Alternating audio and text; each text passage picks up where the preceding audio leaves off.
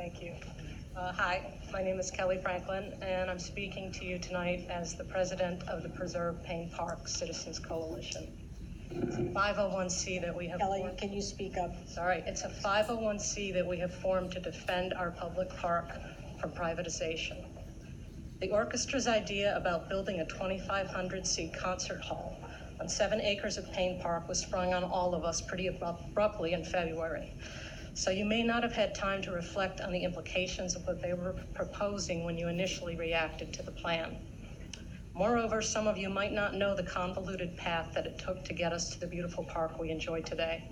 So we put together this timeline that tries to capture the important data about the evolution of Payne Park. We won't be reading it bullet by bullet, but we wanted you to have this background available as we talk to these issues. As you know, the orchestra held a community workshop about its proposal in March, which over 100 citizens attended.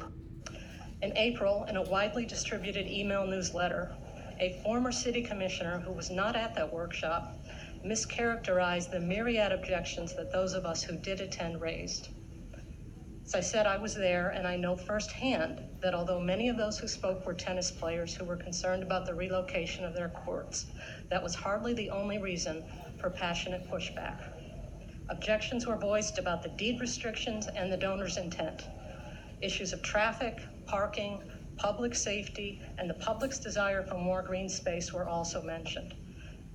Someone brought up the fundamental unfairness of giving away parkland to one well-connected cultural organization and not the others. And last but not least, the attendees stressed the importance of keeping public assets publicly accessible, an issue we all recently saw play out with Beach Road, and which you're soon going to be talking a lot more about with respect to School Road. In light of the inaccurate framing in that editorial, we felt that it was important for you, our elected leaders and city officials, to know that there is a broad base of city residents who are strongly opposed to this idea.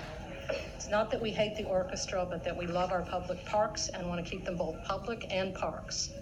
There are other locations in Sarasota that the orchestra could build on which don't entail paving over public parkland. I've heard that Calvin and Martha Payne were fans of classical music, but they didn't give us this land for use as a cultural center. In both their 1923 lease and the 1925 deed, they included an ironclad restriction that said the land was to be used for a park, playground, kindred uses, and no other use or purpose. After 80 years of kicking a gift horse in the teeth, we finally have the outdoor recreation space that the Paynes envisioned and that the community needs. We must keep it that way.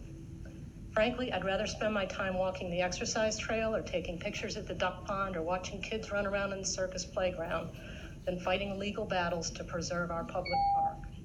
But you should know we're prepared to go the distance. Thank you. Thank you. Good evening. I am Fiona Dias, and thank you, commissioners and everyone, for allowing us to speak. I played tennis at Payne Park, but my main reason for joining the Preserve Payne Park Coalition is to protect green space. My family runs a safari company, and I was fortunate enough to grow up in public parks around the world. Public parks are free for everyone to enjoy, and it is critically important for human health for people to be outdoors in sunlight, smelling fresh air, and connecting with nature. For those of you who have been in Payne Park, you know it's home to playgrounds, walking trails, and a wildlife habitat that includes bald eagles, squirrels, baby ducklings, and turtles. It really is a lovely park. As citizens, we are concerned about the impact of climate change in Sarasota. As such, we should not replace the vibrant ecosystem at Payne Park with 7 acres of impervious concrete and pavement. And for those of you like me who couldn't do the math on 7 acres, that's 5 football fields worth of concrete. The Sierra Club and the Audubon Society and hundreds of voters have signed our petition opposing the idea of a massive building and parking lot in this precious and rare green space. Professionally, I serve on several corporate and nonprofit boards, and I understand the responsibilities of leaders of organizations. As city leaders, you have a huge role on behalf of all of us. You serve the broader public interest, including protecting past and planned investments of taxpayer funds. As the timeline shows, in the 1990s, over $1 million of taxpayer funds were expended to remove the ill-placed trailers in Payne Park. Then in 2005, the city directed $7.5 million from the penny tax towards creating this park. And now, 14 years later, a very long time later, the total taxpayer outlay for building out the trails, the skate park, the playground, and everything else has been estimated to exceed $20 million. That's a really big number, but it's worth every penny in a city where green space is dwindling in front of our very eyes. In fact, as the survey responses for the recent Parks and Recreation Master Plan made clear, Sarasota citizens are clamoring for more, not less, opportunities to enjoy outdoor recreation. In November, we voted to approve the $65 million bond issue to extend the Legacy Trail to Payne Park. And last year, when the City Council was debating creating a special parks taxation district, it was actually Commissioner Brody that said, "We are all park advocates." Park advocacy means making sure investments the city has made in Payne aren't squandered. The city cannot ignore its fiduciary, legal, and civic obligations by gifting public parklands with clear deed restrictions from the Payne family to the orchestra, a single-purpose enterprise.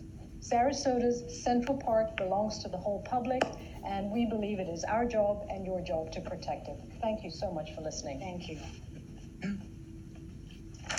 My name is Sammy Lee Scott, and I'm an avid tennis player, and I organize tennis competition at Payne Park on a regular basis. My professional background includes coordinating crisis response teams, so when the orchestra's out of the blue proposal hit the public sphere, I moved quickly to generate awareness and enlist my fellow players to oppose this proposal to construct a concert hall in the park.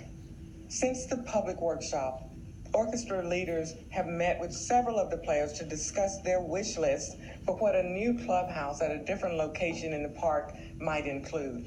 Now, a few folks might be placated with what looks an awful lot like a quid pro quo, but most of us do not want to see the courts move to make way for a huge building on what is now an active duck pond. Sometimes we have to shout out scores to be heard over the quacking, and occasionally we need to shoo ibises off the court, but hearing and seeing nature is part of what makes Payne Park such a lovely place to play, and we don't want to see that damaged. The other part of what makes Payne Park so special is that the tennis and other park amenities are available to the whole public. Serena and Venus Williams learn to play tennis at a public park, and I take pleasure in encouraging younger players who aspire to follow in their footsteps. In Sarasota, Payne Park is one of the few public squares where people from all sorts of socioeconomic backgrounds come together. Now, if you visit the playground or the skate park, you'll see children and families from every walk of life smiling and chatting as they enjoy the outdoors. As a society and a community, we need more of that, not less. And for that reason, I do not support the idea of gifting a quarter of this shared public parkland to an indoor performance space available only to those who can afford it. Moreover, as a paralegal, I'm familiar with civic operations, which usually entail putting out an RFP if you're going to be picking and choosing amongst various interest groups. For example, the West Coast Black Theater consistently sells out its performances. Perhaps they would like free land to build a larger theater. Maybe there are folks that would like a line dancing hall or a roller derby arena. The point is, if you're going to violate the donor's intentions and start giving away public parklands, you can't just hand it to the first group that calls dibs. And for that reason, I and the vast majority of the folks who play tennis in the park are opposed to the orchestra's plan. It isn't a matter of being against Beethoven. We have a lot of classical music fans that play tennis, but most of them understand that the stakes here aren't unenforceable promises of a better clubhouse. Rather, it's about preserving 40 acres of parkland that we were gifted as an open air space free for everyone equally. Thank you. Thank you. Good to see you all. Good evening. My name is Jolie McGinnis, and I have lived in Laurel Park for over 30 years. My family and I have been active members in our city and in our community since moving here, and I am proud to say that we have stood up for many issues citywide that we feel strongly about, which is why I'm here tonight. I feel it is morally wrong for the city to consider taking public parkland and green space for any private organization. The Payne family's deed was enforced when in the past, City Hall, county government offices, and even the jail tried to move and expand into Payne Park, but were all denied because of the Payne family wishes for the park's public use. I'm not comparing the orchestra to the jail, but I'm only saying they both cater to an exclusive group, and neither use honors the wishes or condition of the Payne family gift. The orchestra's request to take over almost a quarter of our public Payne Park because they don't want or don't like the land the city has offered them at the Bayfront should be an outrage to us all. The orchestra's request for public park land should be denied by the city as soon as possible to save staff time and our valuable taxpayer money. In the 1950s, the area around the park was called one of the greatest tangles in all of Florida, and traffic certainly hasn't improved since then. FDOT declared Washington Boulevard one of the most dangerous pedestrian thoroughways in the city. Living in Laurel Park, I am greatly concerned about the additional burden of traffic from this misguided proposal and the negative effects it will have on our neighborhood.